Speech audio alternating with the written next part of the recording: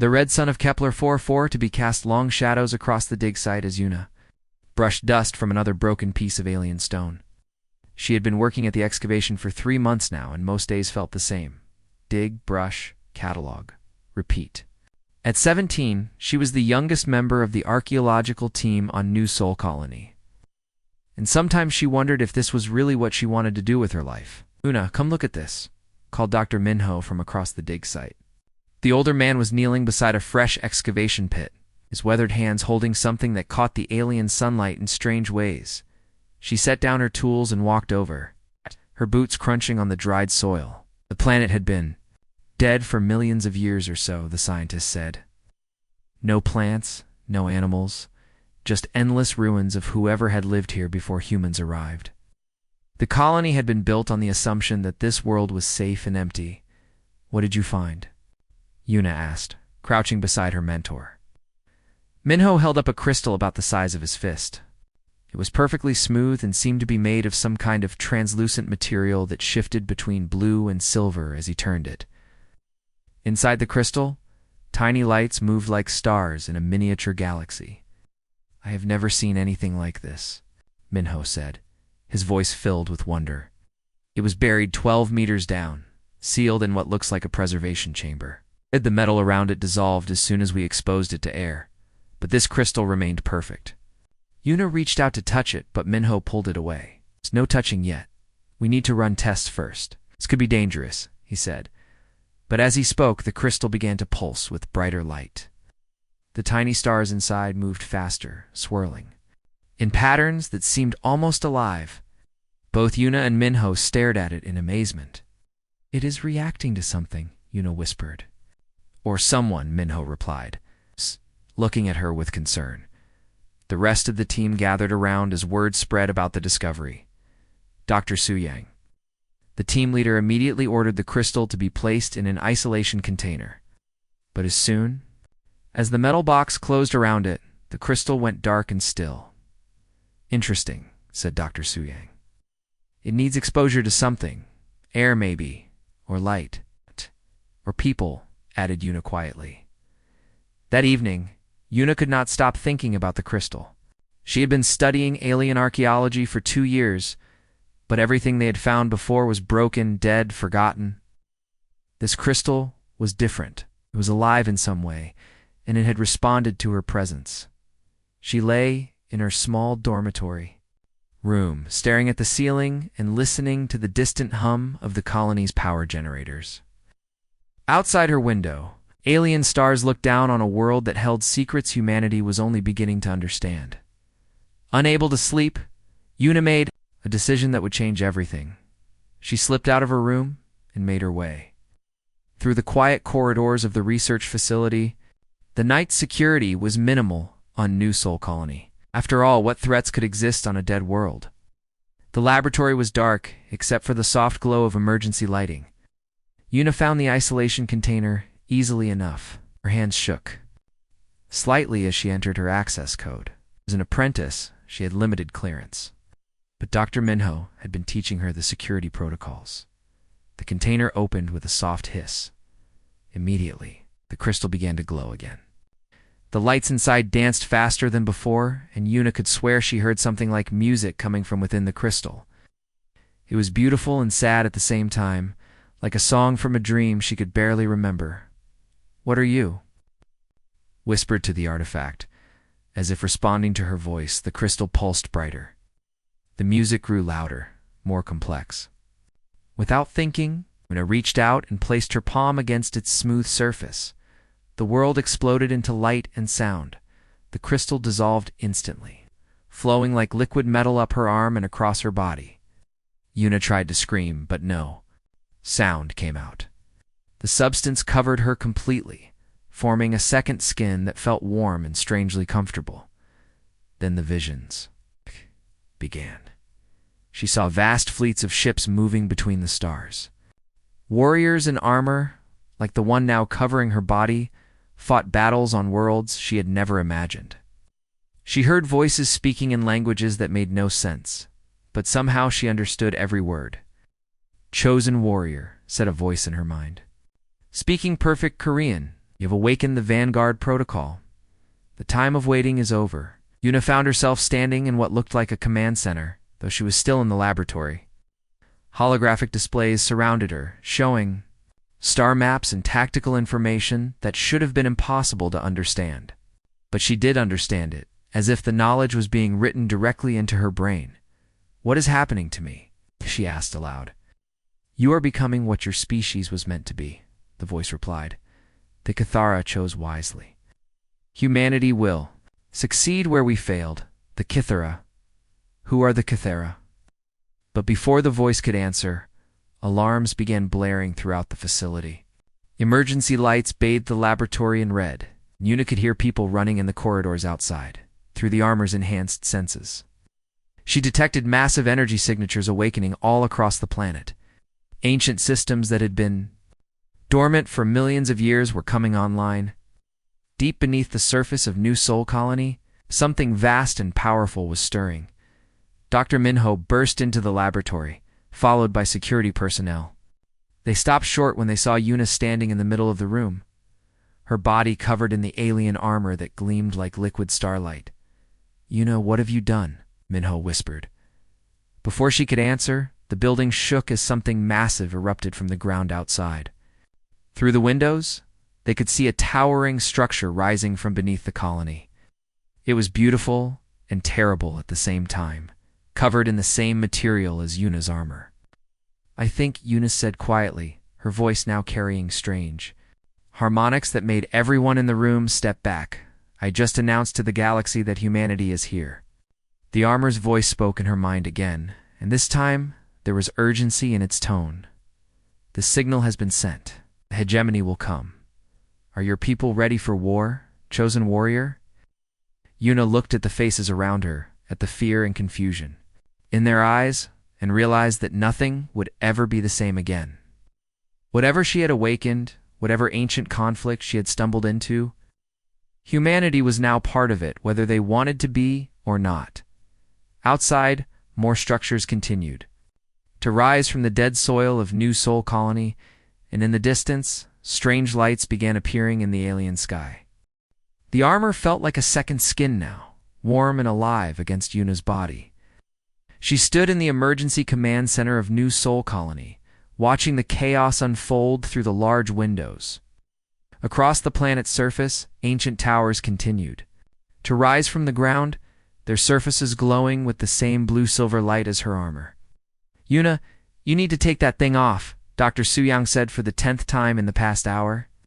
The colony administrator looked exhausted, her usually neat hair disheveled from the crisis. "We don't know what it's doing to you."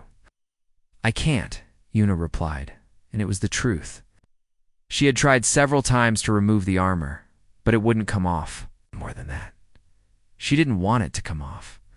Through the armor, she could sense things happening across the planet, could feel the awakening of systems that had been sleeping for millions of years. "The girl is right," said the voice in her head. Only Yuna could hear it, but the armors. Artificial intelligence had been talking to her constantly since the transformation. The bonding process is permanent.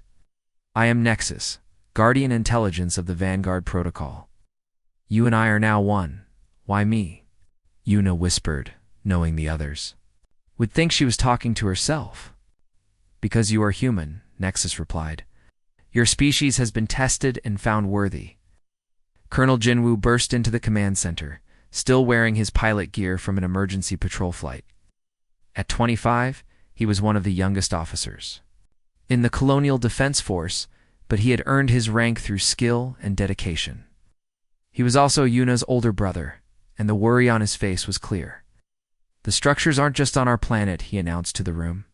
"We're getting reports from every human colony in this sector. The same towers, the same energy signatures. Whatever Yuna activated, it wasn't limited to New Sol." Dr. Minho, who had been studying readings from the alien structures, looked up from his tablet. "The energy output is incredible. H tower is generating more power than our entire colony grid. But for what purpose?" "They are beacons," Nexus explained to Yuna. "Signals to announce that the successor species has been found. The Cathara Empire is ready to pass on its legacy." Legacy? Yuna asked aloud, forgetting that the others couldn't hear Nexus. The room went quiet, everyone staring at her. She realized how strange she must look, standing there in alien armor, apparently talking to herself.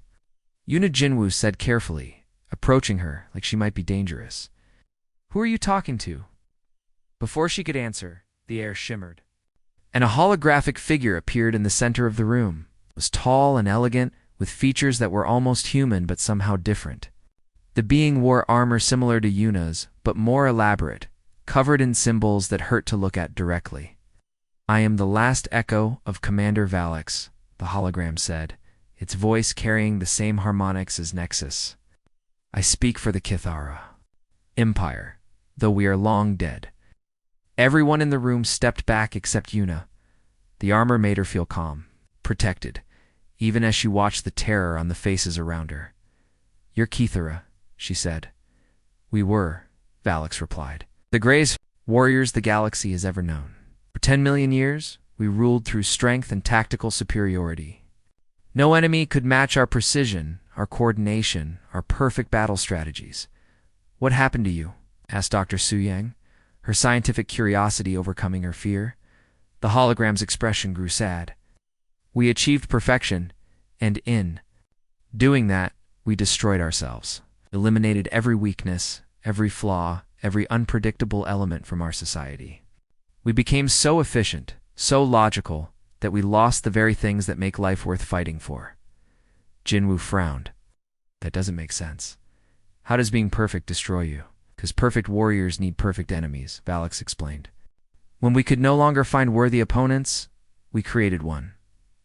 The hegemony, a collective consciousness designed to be our ultimate challenge." "You created your own enemy?" Dr. Minho asked in disbelief. "We thought we could control it," Valix continued. "We were wrong. The hegemony became everything we were not. Where we were individuals, it was collective. Where we used strategy, it used overwhelming force. Where we had weaknesses, it had none." Yuna felt a chill that had nothing to do with the armor, and it destroyed you. Not destroyed, absorbed. The hegemony doesn't kill its enemies. It converts them, makes them part of its collective consciousness. Every Kithara warrior became another voice in its hive mind, another tool for its expansion. "Then how are you here?" Jinwoo demanded. "We saw what was coming," Valix said. "Before the final battle, we prepared the Vanguard Protocol. We scattered our most advanced technology across the galaxy, programmed to activate only when touched by members of a species that possessed what we had lost." "What did you lose?" Yuna asked, though she suspected she already knew. "Chaos," Valix replied. "Unpredictability. The ability to make the wrong choice and somehow make it work. Emotion, stubbornness, the refusal to surrender. Even when logic says, 'You should.' Everything that makes a species truly alive," Nexus spoke in Yuna's mind. "Your species has been monitored for centuries. Every human war, every act of desperate courage, every time your people refuse to accept defeat has been recorded and analyzed. Humans possess all the tactical brilliance of the Kithara, but they have never lost their chaos." "So now what?"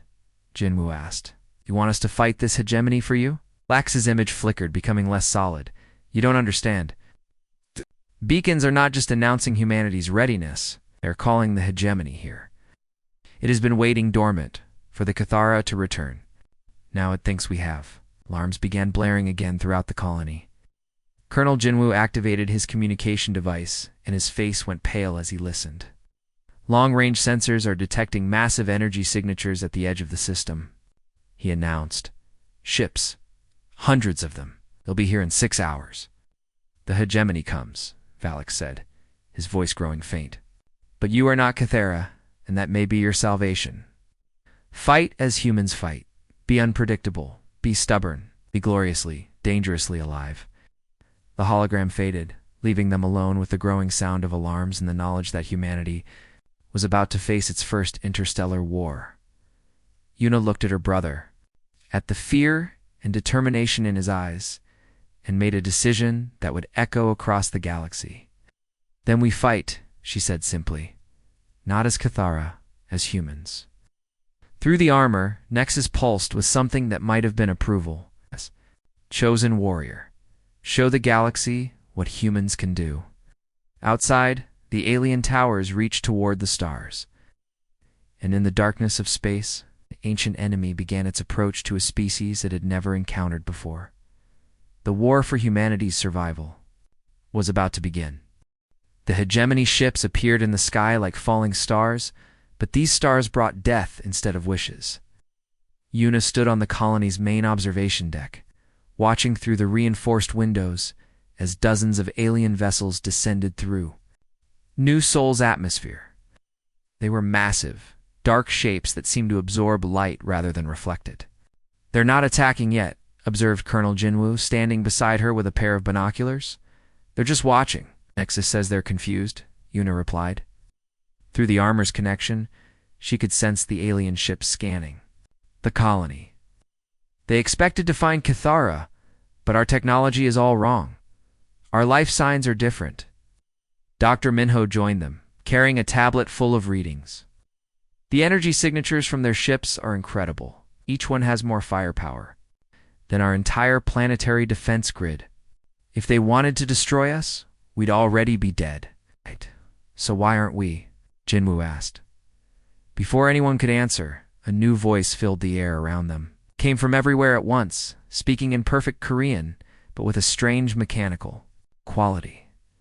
"Attention, inhabitants of this world. You have activated Kithara technology.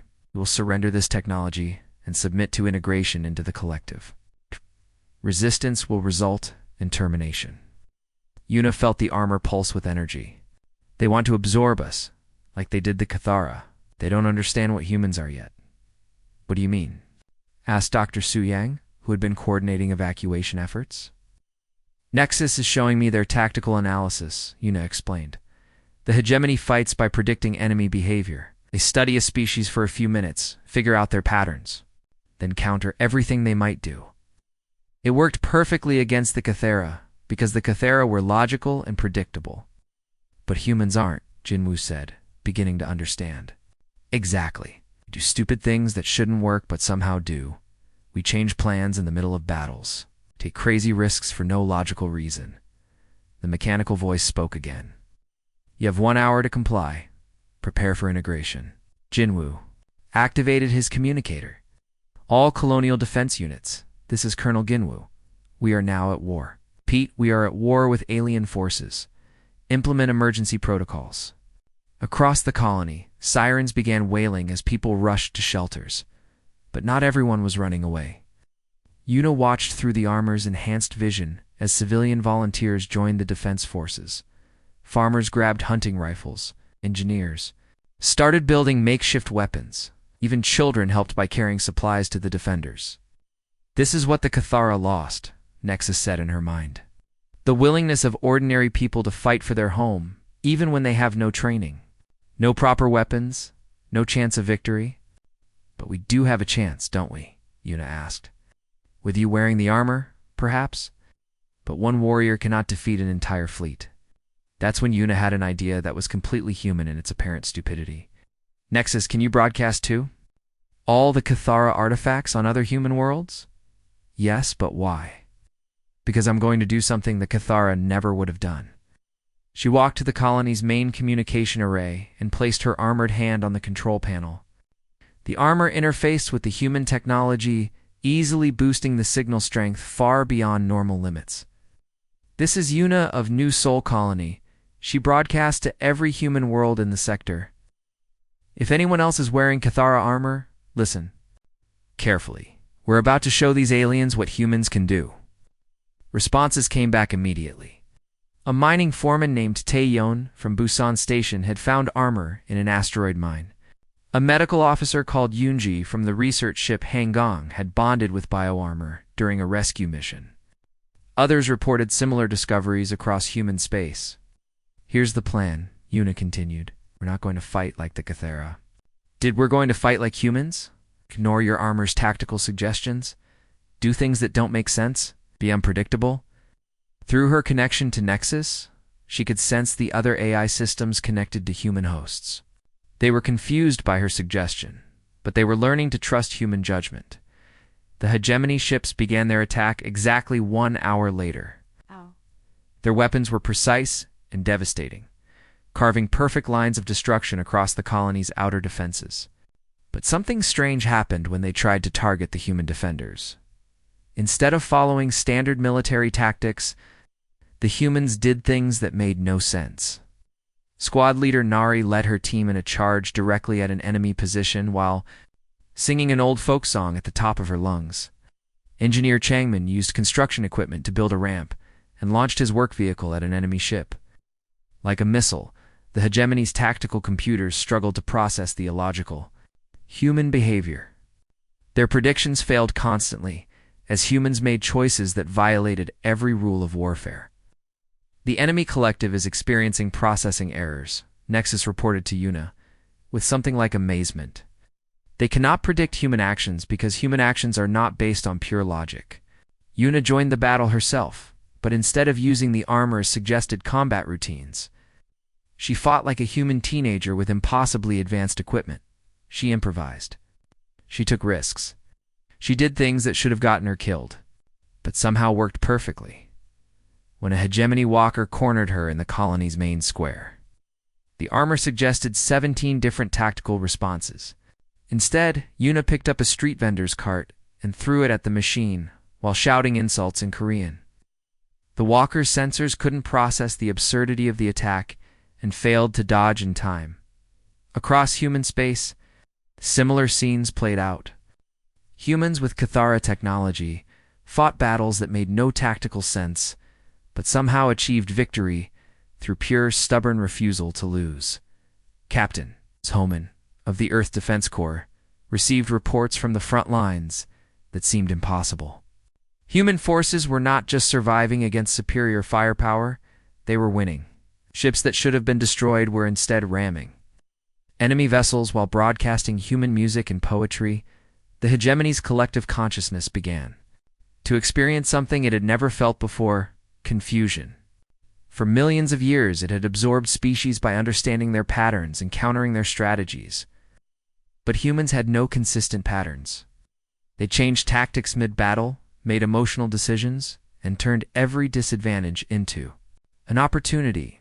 As the first day of war ended, Yuna stood in the ruins of New Seoul's main plaza, surrounded by the wreckage of hegemony machines. The alien fleet still filled the sky, but they had stopped attacking. Through the armor, she could sense their confusion spreading like a virus through their collective mind. They don't know how to fight us, she realized. No, Nexus agreed. But they are learning. The hegemony adapts quickly. Tomorrow will be different. Yuna looked up at the alien ships and smiled. Then we'll be different too. That's what humans do best. The war for humanity's survival had only just begun. But already the galaxy was learning that humans were unlike any species had ever encountered. 3 weeks into the war, Yuna found herself deep inside the armor's memory banks, experiencing visions of the ancient past. The Cathara had been magnificent once, she realized. Their cities had sparkled like jewels among the stars, and their warriors had been legends across the galaxy. But as she watched their history unfold in her mind, she began to understand the terrible mistake they had made. "Show me how it ended," she said to Nexus, as she sat in her quarters during a brief pause in the fighting. The armor's AI projected images directly into her consciousness. She saw the final days of the Cathara Empire, when their perfect society had become a prison of logic and efficiency. "We eliminated all emotion from our decision-making," Nexus explained. "Fear, anger, love, hope. We saw these as weaknesses that made us unpredictable. Every Cathara thought the same way, made the same choices, followed the same patterns." Yuna watched as Cathara commanders debated strategy in their war councils. Every discussion was calm, logical, predetermined.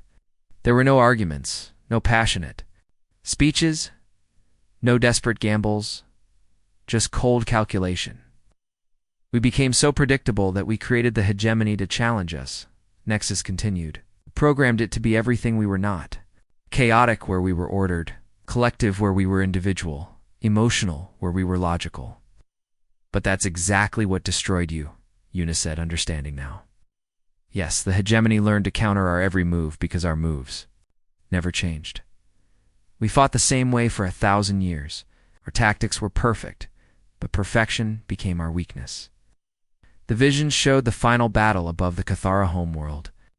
Even in their last moments, the Cathara warriors fought with perfect coordination and flawless technique, and they lost anyway, because perfect technique was exactly what the hegemony had been designed to defeat. Yuna felt tears on her cheeks as she watched an entire civilization fade into darkness. But you left the armor behind. You knew what would happen, some of us suspected, Nexus admitted. We studied thousands of species across the galaxy, looking for one that possessed our strengths, but kept their chaos. Your species was still primitive when we made our preparations, but the signs were promising. What signs? Every time humans faced impossible odds, they found ways to win that made no logical sense. A small army defeating a massive empire through pure determination. Explorers crossing dangerous oceans because they were curious about what lay beyond. Scientists making discoveries by accident while looking for something else entirely. Through the armor's enhanced senses, Yuna could feel the war continuing across human space. The battles were getting harder as the hegemony learned to adapt to human unpredictability. But something strange was happening too. The enemy's collective consciousness was showing signs of strain. They're having trouble processing us. She realized, yes, the hegemony was designed to absorb logical species and add their knowledge to the collective. But human thought patterns are causing errors in their network. Cannot understand why you make choices that seem wrong but work anyway. Back on New Soul Colony, Admiral Hayok was planning something that would have horrified any military strategist. He stood in the command center, surrounded by officers who looked at him like he had lost his mind. Sir, with respect, ramming our ships into their capital vessels is suicide, said Commander Guan. Not ramming, Hayok corrected. Boarding. We're going to fly our ships right into their hulls and fight them from the inside. That's insane, Guan protested. Exactly, Hayok smiled. They'll never expect it because no logical species would try it. The plan was everything the Cathara would have called foolish. Human ships would accelerate directly at hegemony vessels, crash through their hulls, and deploy boarding parties in the wreckage. It violated every rule of space combat. But as Yuna watched through the armor's connection to human military networks, she saw the plan working. Hegemony ships weren't designed to handle internal attacks, because no enemy had ever been crazy enough to try them. Human soldiers fought their way through alien corridors while broadcasting music and poetry over the ship's communication systems. The cultural data overloaded hegemony processing nodes, causing cascade failures throughout their networks. This is impossible, reported one of the alien collective's voices transmitted through captured equipment. The enemy sacrifices tactical advantage for no logical gain. Their behavior violates all known patterns of warfare. That's when Yuna learned about the convergence engine. She was sleeping when the vision came. Nexus showed her images of a massive construct hidden in deep space, larger than most planets. It pulsed with the same dark energy as the hegemony ships, but magnified beyond imagination. What is that thing? She asked. The hegemony's ultimate weapon, Nexus replied with fear in its artificial voice. The convergence engine can rewrite the laws of physics in entire star systems. It eliminates quantum uncertainty, making everything predictable and ordered. What does that mean for us? It means the end of free will, the end of chaos, the end of everything that makes life worth living. Yuna woke up with a start, her heart racing. Through the armor's network, she could sense other human warriors. Experiencing the same vision, hegemony was preparing to deploy their final solution. We have to stop them, she said aloud. How? Nexus asked. The engine is protected by the largest fleet in the galaxy. Even with human unpredictability, the odds are impossible. Since when do humans care about impossible odds? Yuna replied. And for the first time since bonding with her, Nexus actually laughed. Dr. Kungi was working in her laboratory when inspiration struck. She had been studying captured hegemony technology, trying to understand how their weapons worked. According to known physics, their energy systems should have been unstable and dangerous. They only work because the aliens believe they will work, she realized. Their technology is partially based on collective belief and quantum uncertainty. If that was true, then human disbelief might be just as powerful as human faith. She began designing weapons that shouldn't work according to any scientific principle, but might function anyway because humans expected them to. It was the most unscientific thing she had ever done. Somehow that felt exactly right. Across human space, the impossible was becoming routine. Armors were building war machines out of agricultural equipment. Artists were creating battle songs that seemed to physically harm hegemony systems. Children were inventing tactics that trained officers would never have considered. The war was far from over.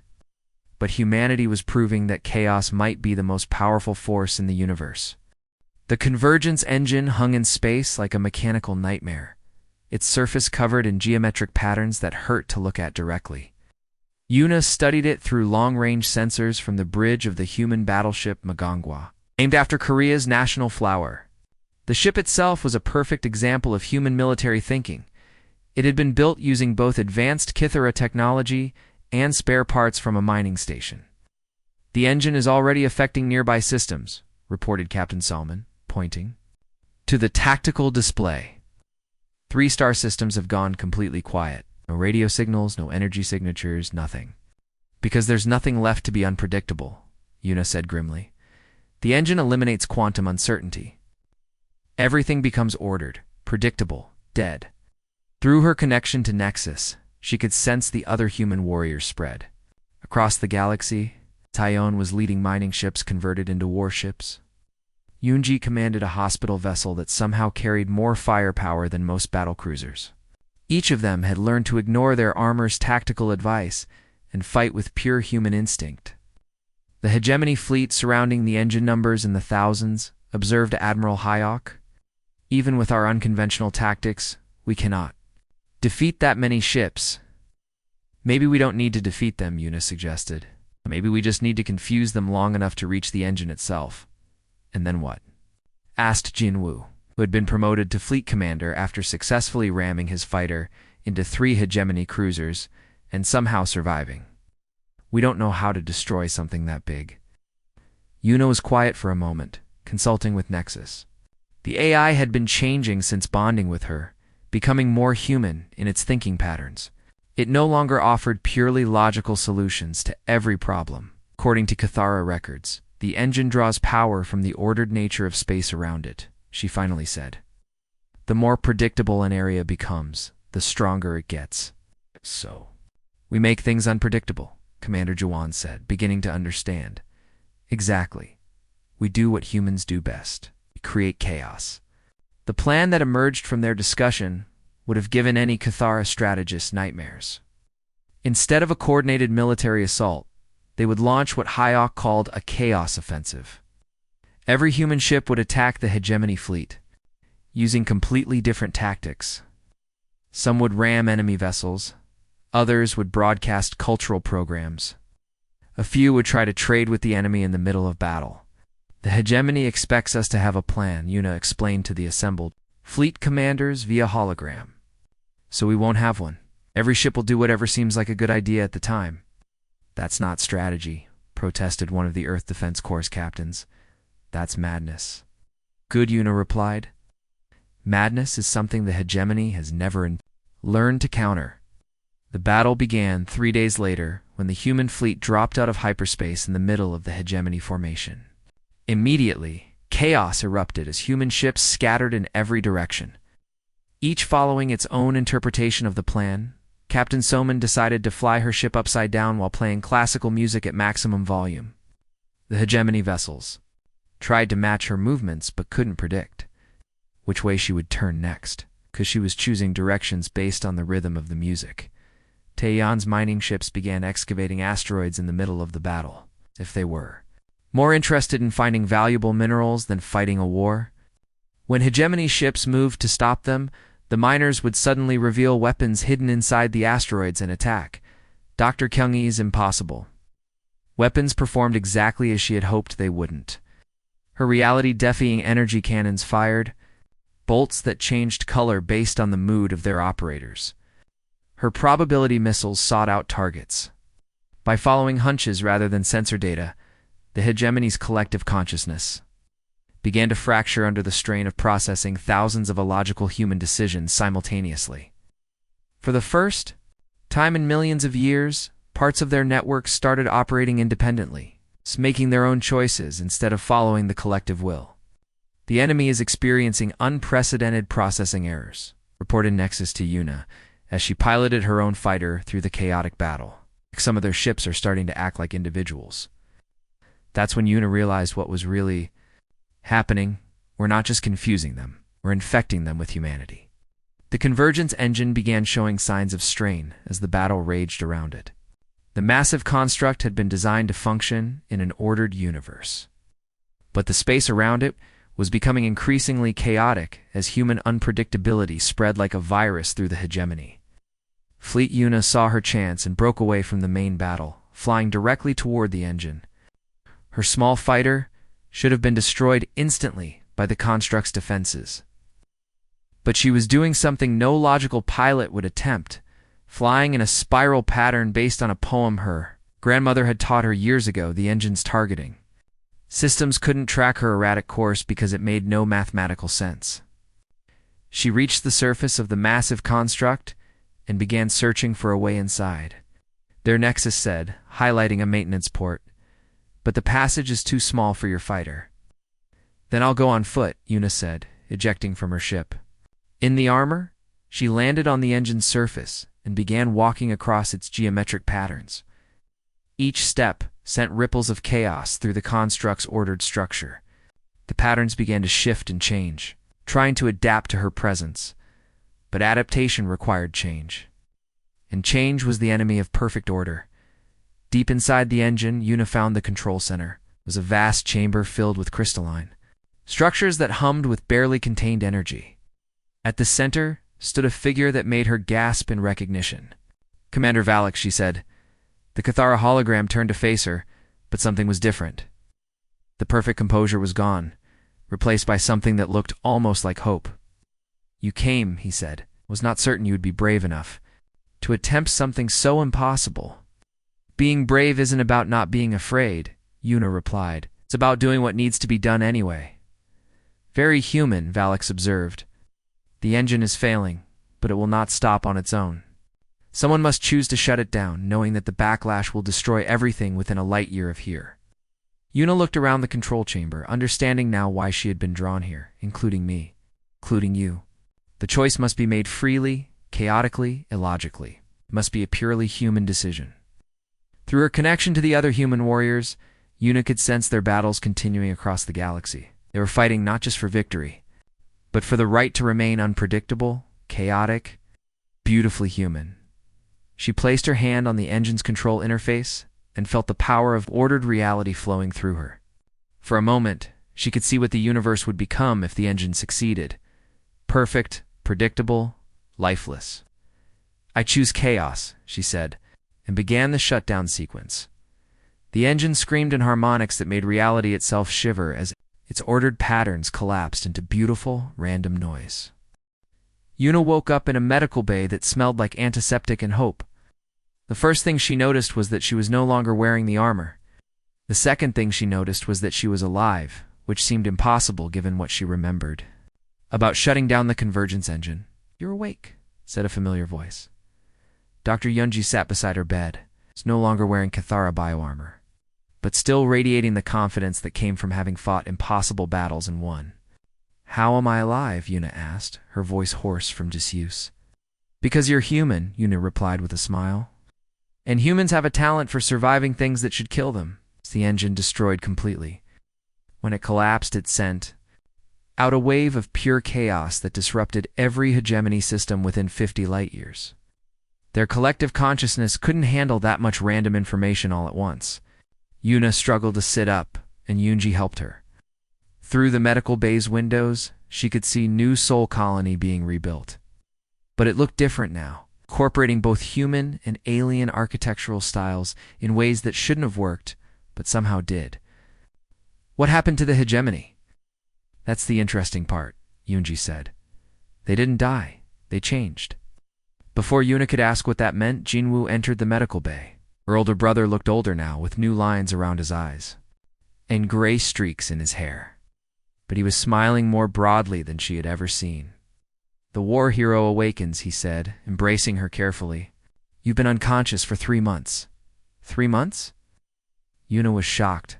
"What have I missed?" "The end of the hegemony as we knew it," Jinwoo explained. When their collective consciousness was exposed to pure chaos, it fragmented into millions of individual minds. So they started thinking for themselves, making personal choices, even arguing with each other. "You mean they became individuals?" "More than that, they became people." The first thing they did as individuals was ask for asylum from their own collective. Turns out, most of them had been trying to resist the hive mind for millions of years, but couldn't break free. Dr. Minho entered the room, carrying a tablet full of data. The old archaeologist looked excited in a way that reminded Yuna of the day they had first discovered the crystal. "The galaxy is transforming," he announced. "Everywhere humans have traveled, chaos is spreading. Not destructive chaos, but creative chaos. The kind that leads to art, music, innovation, and growth." "Show her the reports," Jinwoo suggested. Minho activated his tablet, displaying images from across human space. Former hegemony worlds were covered in new cities that mixed organic and technological architecture in impossible but beautiful ways. Beings that had once been part of the collective were creating art, writing poetry, and even falling in love. "They're learning to be alive," Minho explained.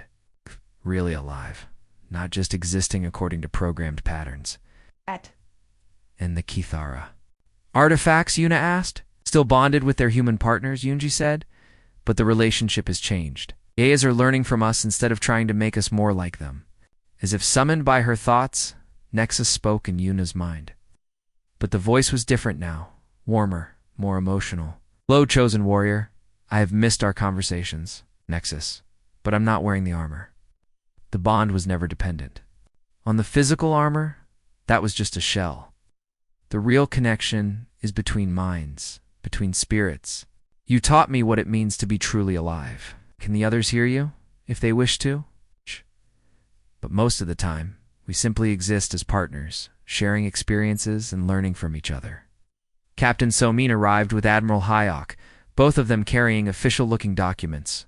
They had been promoted after the war, but they still wore their uniforms in ways that bent regulations just enough to express their personalities. "Congratulations, Yuna," Hyok said formally. "By order of the United Earth Government and the Colonial Administration, you are hereby appointed as the first human galactic relations ambassador." "What does that mean?" Yuna asked. "It means you get to help former hegemony species learn how to be individuals," Salman explained. "They're asking for human teachers, human friends, human examples of how to live chaotic, unpredictable, wonderful lives. And if I don't want the job, then you say no," Jinwoo said simply. "That's the most human response possible, and it's exactly why they need you." Later, when the visitors had left and Yuna was alone with her thoughts, she asked Nexus about the future. "What happens now? Are humans going to rule the galaxy like the Kithara did?" "No," Nexus replied. "That would be too predictable. Humans don't rule through conquest or superiority. They rule through inspiration. You show others what's possible when you refuse to accept limitations. And the former hegemony species will learn to be like us. They will learn to be like themselves. That's the gift humans bring to the galaxy. Not conformity, but the courage to be unique." Over the following weeks, as Yuna recovered her strength, she received visits from beings she had only seen in battle before. Former hegemony drones who now had names, personalities, and dreams. They came seeking advice on everything from how to choose a career to how to fall in love. "How do you decide what to do with your life when you can do anything?"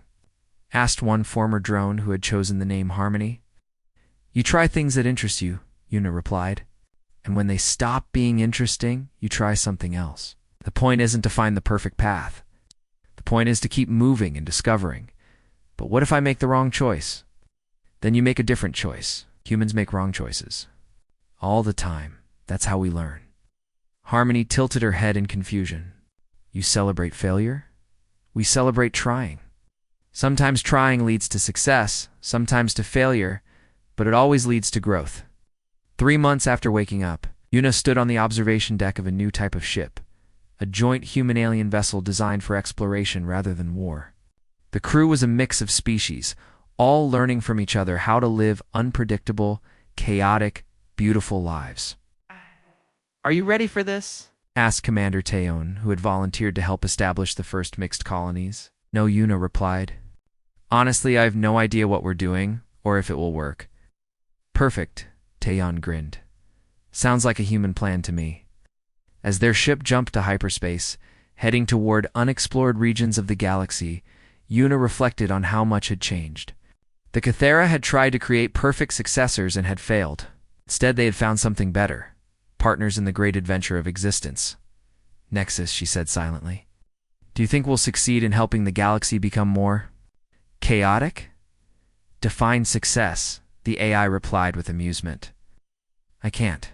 That's the point. Then yes, I believe you will succeed magnificently.